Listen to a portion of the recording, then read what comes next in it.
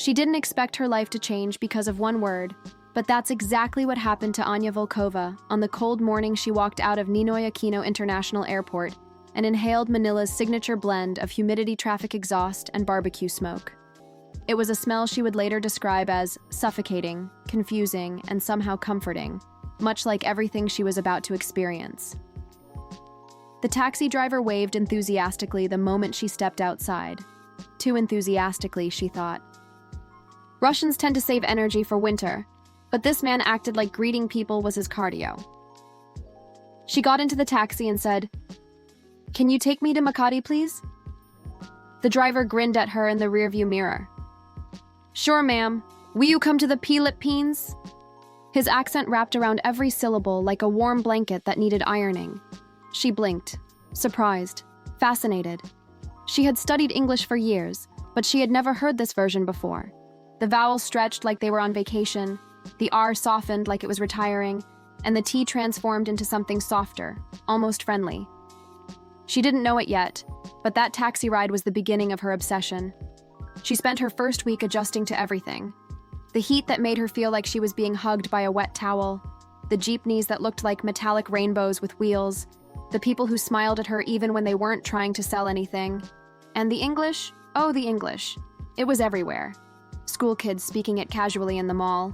Security guards giving instructions in a mix of politeness and friendliness that sounded like a customer service hotline. Grandmothers switching between Tagalog and English, like they were invited to a linguistic tango. It fascinated her endlessly. Russians spoke English seriously, rigidly, like they were defending their honor in court. Filipinos spoke it like it was their childhood friend, who sometimes annoyed them, but they still hung out anyway. The first time she tried ordering water in a convenience store, she said water, crisp, sharp, British sounding. The cashier squinted. "Ah, water?" She repeated it. "No, water." The cashier, still confused. "Water?" This went on until Anya leaned forward, surrendered, and said, "Yes, water." The cashier instantly understood and smiled, as if rewarding her for giving up. She left the store laughing at herself. That moment flipped a switch in her brain. She wanted to understand this accent, not mock it, not copy it for fun. She wanted to know why it worked so well, why people worldwide recognized it instantly, why it somehow made English feel warmer, funnier, friendlier. So she started studying it. She spent afternoons at cafes listening to conversations. She practiced saying chicken the Filipino way, which removed the strong Russian K and softened the vowels so it became chicken. She stood in front of a mirror trying to make her R sound less like a growl and more like a gentle, half-finished promise. She learned that the Filipino English accent wasn't just about vowels. It was about humility, warmth, the willingness to sound approachable rather than perfect. Russians tried to be correct. Filipinos tried to be kind. Her transformation began during one of her volunteer days at an English learning center for kids in Quezon City. She had joined mainly out of boredom, hoping to help teach basic English. But the kids didn't need help. They needed entertainment. And they loved her accent. Whenever she pronounced something the Russian way, they laughed, not out of mockery, but delight. "Ate Anya," one girl said during reading practice, "your water sounds like you are angry at it." She demonstrated her own version. Water. The class giggled. Anya tried it. She failed. The class giggled harder. She tried again. This time she exaggerated. Waw-ter. They clapped for her like she had just graduated from university. She began learning from them. Kids are the best teachers because they're honest without being cruel. They corrected her, reshaped her vowels, softened her consonants, stretched her syllables. Every class she attended, she left with a new linguistic discovery, and usually some free snacks because Filipino kids always offered food without asking. It felt like family, the kind she didn't know she was missing. Weeks passed and she became braver. She started using Filipino English with adults. She said chicken at McDonald's, water in restaurants, happy birthday at a friend's celebration. People noticed. They laughed. They complimented her. They invited her to more gatherings because, in their words, she was fun and kalog but classy. The more she embraced the accent, the more she felt herself becoming part of the place. Then came the video. Her friend Mia convinced her to record a short clip teaching Russians how Filipinos pronounced certain words. It wasn't meant to be serious, more like a gift to her friends back home who kept asking what the Philippines was like. They filmed it in BGC under a tree because Anya insisted she needed shade or she would melt like cheap Russian ice cream. The video was simple, just her smiling nervously and saying, "Hello everyone, today I will teach you Filipino English." She started with water. The evolution was dramatic. Water. Water. Water. Water. Then she added hand gestures she had picked up from Filipino mothers scolding their kids but in a friendly way. Then, chicken. Tree. Can I buy your siomai? Where is the CR? Mia was dying of laughter behind the camera. They uploaded it and forgot about it. 3 days later, her phone exploded with notifications. Her Russian friends shared it. Their friends shared it. Then Russian meme pages shared it. Someone remixed it with a techno beat. Someone else auto-tuned her pronunciation until it sounded like a club anthem. Another turned her waw-ter into a dramatic movie trailer sound effect. Her face, her awkward, sweaty, sun-hugging face, darted across Russian TikTok like a hyperactive mosquito. At first, she panicked. Russians laughing at her? Were they mocking her, making fun of Filipinos? Was this going to start some kind of cultural misunderstanding? She didn't want to disrespect anyone. She loved the accent. She loved the people who taught it to her. But when she called her mother in Moscow, expecting to be consoled, her mother said, "Anya, your uncle has been saying waw-ter the whole day. He thinks it's hilarious. Even your grandmother is trying it." Then her cousin sent a video of their friends in a cold apartment, wrapped in blankets, repeating her lines from the video. Chicken, chiken, waw-ter, waw-ter, waw-ter. They were laughing, not at Filipinos, but at themselves trying so hard to imitate a warm accent in a frozen country. The comments online surprised her. Russians were saying things like, "I didn't know English could sound so friendly. Why does this accent make me feel warm? Filipino English is adorable. Where can I learn more words? This sounds like sunshine." It wasn't mockery. It was fascination, curiosity, appreciation. One Filipino viewer commented, "As a Filipino, I love this. She's doing it respectfully." Another wrote, "She's learning our accent better than my cousin who grew up here." Instead of starting conflict, the video created a bridge. Suddenly, people from Russia were messaging her asking, "What is opo? What's the difference between ate and tita? Why do Filipinos add po to sentences? Why do they always sound happy even when they're tired?" She spent hours responding, excited to explain the culture she had fallen in love with.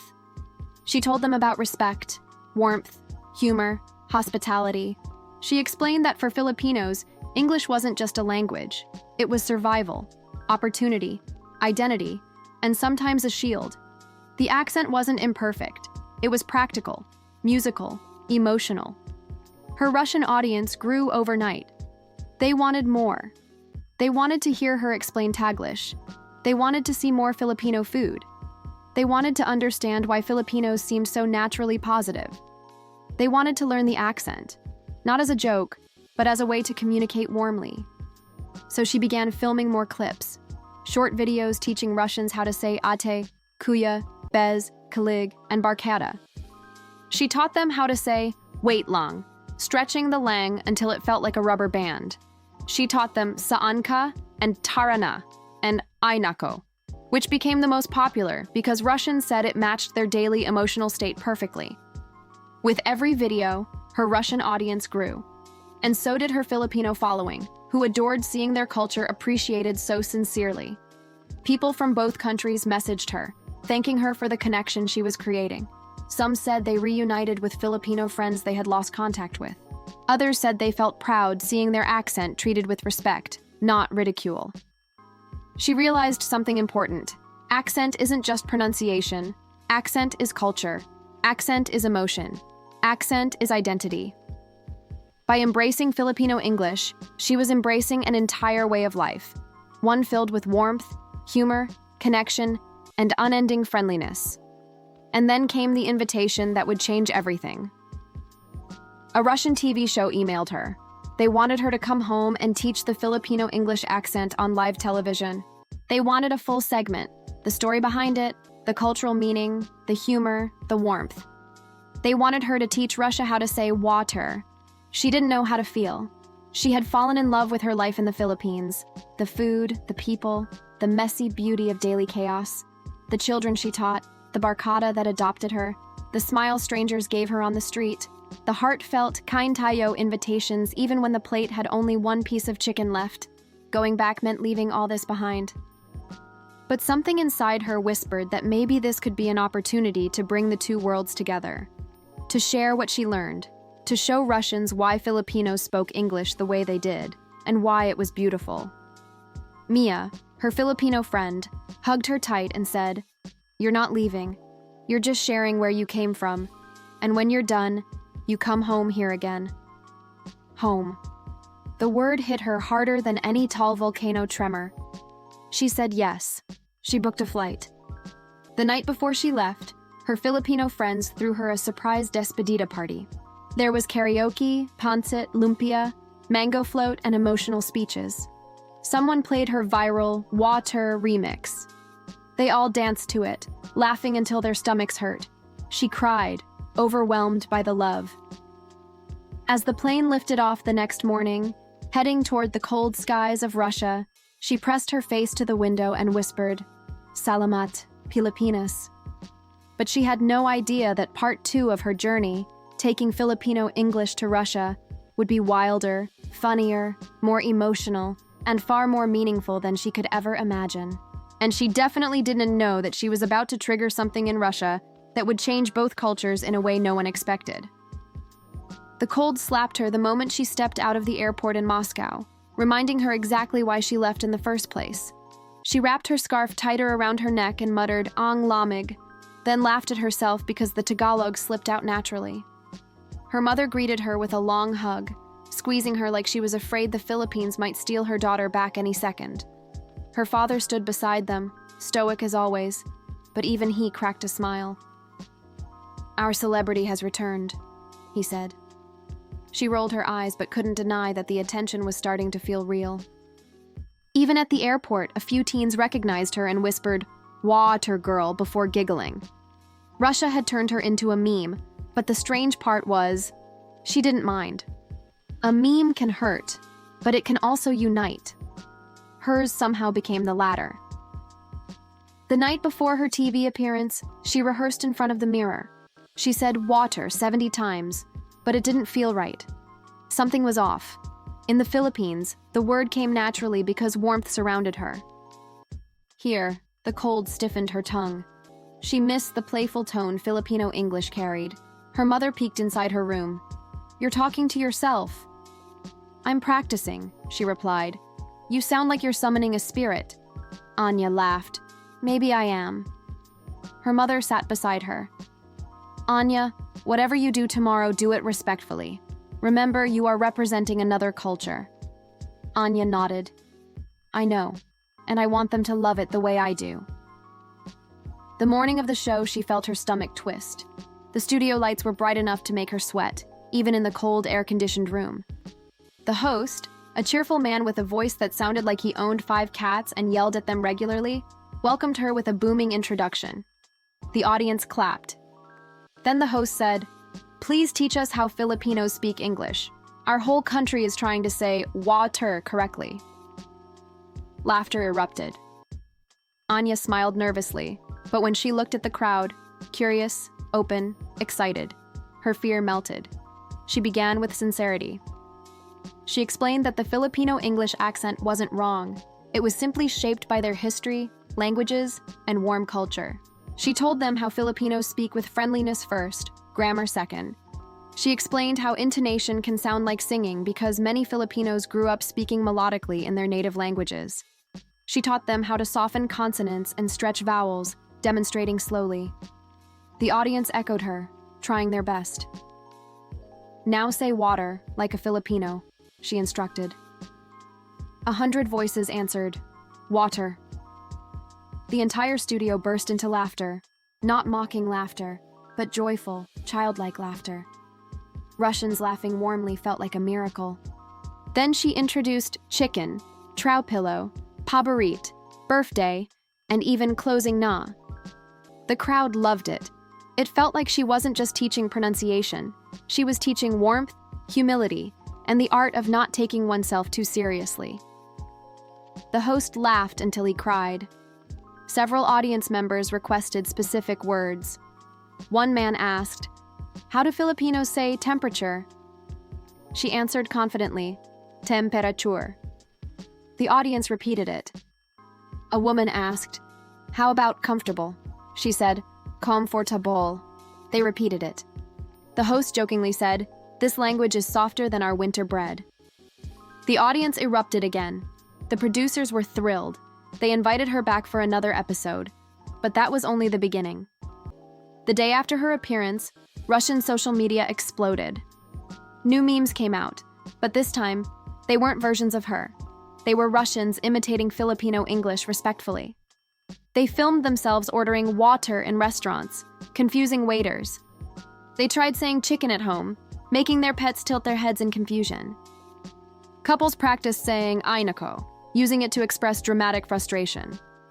Teenagers made TikToks reenacting her lesson, but with exaggerated Russian seriousness. Even schools invited her to speak. But something deeper happened too. Russians began asking genuine questions about Filipino culture. Why do Filipinos always seem cheerful? Why do they use both English and Tagalog? What does po mean? Why do they call everyone kuya and ate? Why does the Philippines feel so friendly even though life is often hard? Anya answered everything with the passion of someone who found a second homeland. She created videos explaining bayanihan, Filipino humor, the culture of sharing food, the importance of family, and how respect is built into the language itself. She showed them Taglish phrases and when to use them. Russian viewers adored it. For many, it was their first time learning about a Southeast Asian country beyond beaches and stereotypes. Her fame grew. She was invited to universities, to expat events, even to embassies. Some Russian English teachers embraced the Filipino accent as a fun teaching tool to help students relax before learning more formal pronunciation. She laughed when one school showed her a sign that said, "Filipino English Thursdays." Russia wasn't mocking. Russia was learning. But fame is tricky. It attracts both good and bad. Some people criticized her, accusing her of promoting an incorrect accent. Others claimed she was embarrassing Russia. One harsh comment said, "Stop making Russians sound stupid." At first, these messages stung. But then she remembered the laughter in the Philippine classroom where the kids helped her soften her RIS. They didn't shame her, they welcomed her. So she responded to the critics calmly. She explained that accents aren't wrong, just different. She explained that language evolves. She explained that embracing a foreign accent doesn't erase your identity, it enriches it.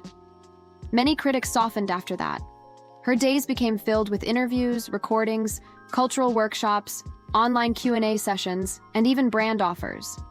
One beverage company wanted her to promote bottled water using waw-ter.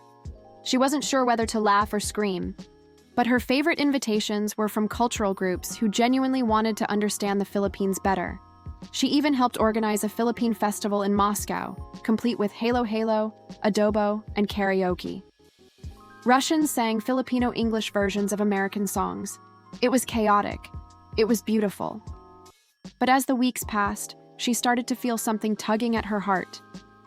It appeared during moments of stillness, when she walked past snow-covered streets that felt too quiet, too distant, when she drank tea and longed for Tahoe, when she heard Russian voices and subconsciously expected to hear "ate" or "kuya," when she opened her closet and accidentally pulled out the bright floral blouse she bought in Palawan, when she smelled grilled fish outside a local market and her brain whispered, "Inihaw." When she woke up one morning and instinctively checked the weather, expecting humidity, something changed inside her. Russia was home, yes, but so was the Philippines. Her friends from Manila messaged her constantly, asking when she was returning. The kids from the learning center sent her voice clips practicing Russian accents badly. Mia teased her, saying, "Come back here before you turn into an ice princess." She missed them deeply. She missed the chaotic traffic, the chatter, the food, the weather she once complained about, the warmth she now needed like air. One evening, after a long day of interviews, she sat on the balcony wrapped in 2 blankets while snow fell quietly around her. She whispered to herself, "I miss the chaos." And she realized it wasn't just the country she missed. It was the version of herself she became there, lighter, happier, more open. Then something happened that made the decision inevitable. She received an email from the Russian Ministry of Education. They wanted her to collaborate on a cultural exchange program between Russia and the Philippines. Workshops, student programs, online language sessions. They wanted her to help Russians learn Filipino English, Filipino culture, and even Tagalog. Not as a joke, not as entertainment, as real learning. She stared at the email for a long time, overwhelmed. She wasn't a trained linguist. She wasn't a cultural expert. She was just a woman who fell in love with a country. But maybe that was exactly why she was the right person. She replied yes. The first workshop was held in a university auditorium packed with students. She expected them to be shy, but they weren't. Russians can be very serious at first, but once they're curious, they jump in with both feet. The students practiced opo and po, adding it to random Russian sentences that made no sense. They tried kind tayo, then immediately asked if she knew how to cook adobo. When she said yes, they begged her to teach them one day. She showed them how to say gutom na ako, and one student said he felt hungry just pronouncing it. The class laughed. Later, she taught them the tone of Filipino politeness. A softer voice, a friendly smile, a slight upward lilt at the end of sentences. It amazed her how much they wanted to get it right. Not for the meme, but for the warmth behind it. After the workshop, several students approached her to say they felt more connected to the world, more open to learning about cultures they never considered before. One young woman said, "When I say Filipino English, I feel less afraid of making mistakes. I feel more human." Anya nearly cried. Word spread. Soon more schools requested workshops. Media outlets covered her efforts, calling her the cultural bridge. Russians who had Filipino friends messaged her, thanking her for helping them understand each other better. A few Filipino expats thanked her for making their colleagues appreciate their accent rather than mock it. One day, she received a surprising message from a Filipino family living in Russia. They invited her to their home for dinner. When she arrived, they hugged her like she was a long-lost relative. They served sinigang, which tasted like heaven after months of winter soups. During dinner, the father said, "Thank you for making Russians love our culture." She shook her head. "I didn't make them love it. Filipinos just make it easy to love." The mother touched her hand gently. "You carried our warmth into the cold. That is a gift." Those words stayed with her. Months passed. The exchange program grew. She found herself in meetings with diplomats, educators, and cultural representatives. Even in those serious rooms, she sometimes heard someone attempt waw-ter under their breath to lighten the mood. It always worked, but the more her work flourished, the more she longed to return to the Philippines. She missed the kids, the food, the laughter, and especially the life she built there. One night, she video called Mia and said, "I think I'm ready to come back." Mia screamed so loudly Anya had to lower the volume. "We'll pick you up at the airport. Bring pasalubong." A few weeks later, she was on a plane heading back to Manila. As the flight descended, she saw the coastline, the dense city, the bright sun reflecting on rooftops. Her heart thumped with excitement. When she stepped out of the airport, the humidity greeted her like a clingy friend who never learned personal space. She breathed it in deeply. "I'm home," she whispered. Mia and the others were waiting with a sign that said, "Water Queen." She laughed so hard she cried. They hugged her tightly, talking over each other, telling her how much they missed her. As they drove away from the airport, she looked out the window at the chaotic streets she once struggled with, but now adored. She wasn't just back, she was complete. Over the next weeks, she resumed teaching at the Learning Center. The kids cheered when they saw her. One shouted, "Ate Anya, teach us how Russians say opo." She laughed and agreed. She reconnected with her Filipino friends, explored new food places, traveled to new provinces, and created more videos teaching Russians about Filipino culture from the Philippines itself. One day, she received an email from a Russian school. They sent her a video of students greeting their Filipino teachers with, "Good morning, Po." She watched it with tears streaming down her face. She had created something she never planned, a bridge of warmth between two places that didn't know they needed each other. As she walked along Manila Bay at sunset, the sky turning gold and pink, she whispered a quiet thank you to the kids, to the friends she made, to the chaotic beauty of the country, and to a single word that changed her life: water. And she smiled, knowing two nations would now say it with warmth, humor, and a little bit of shared humanity.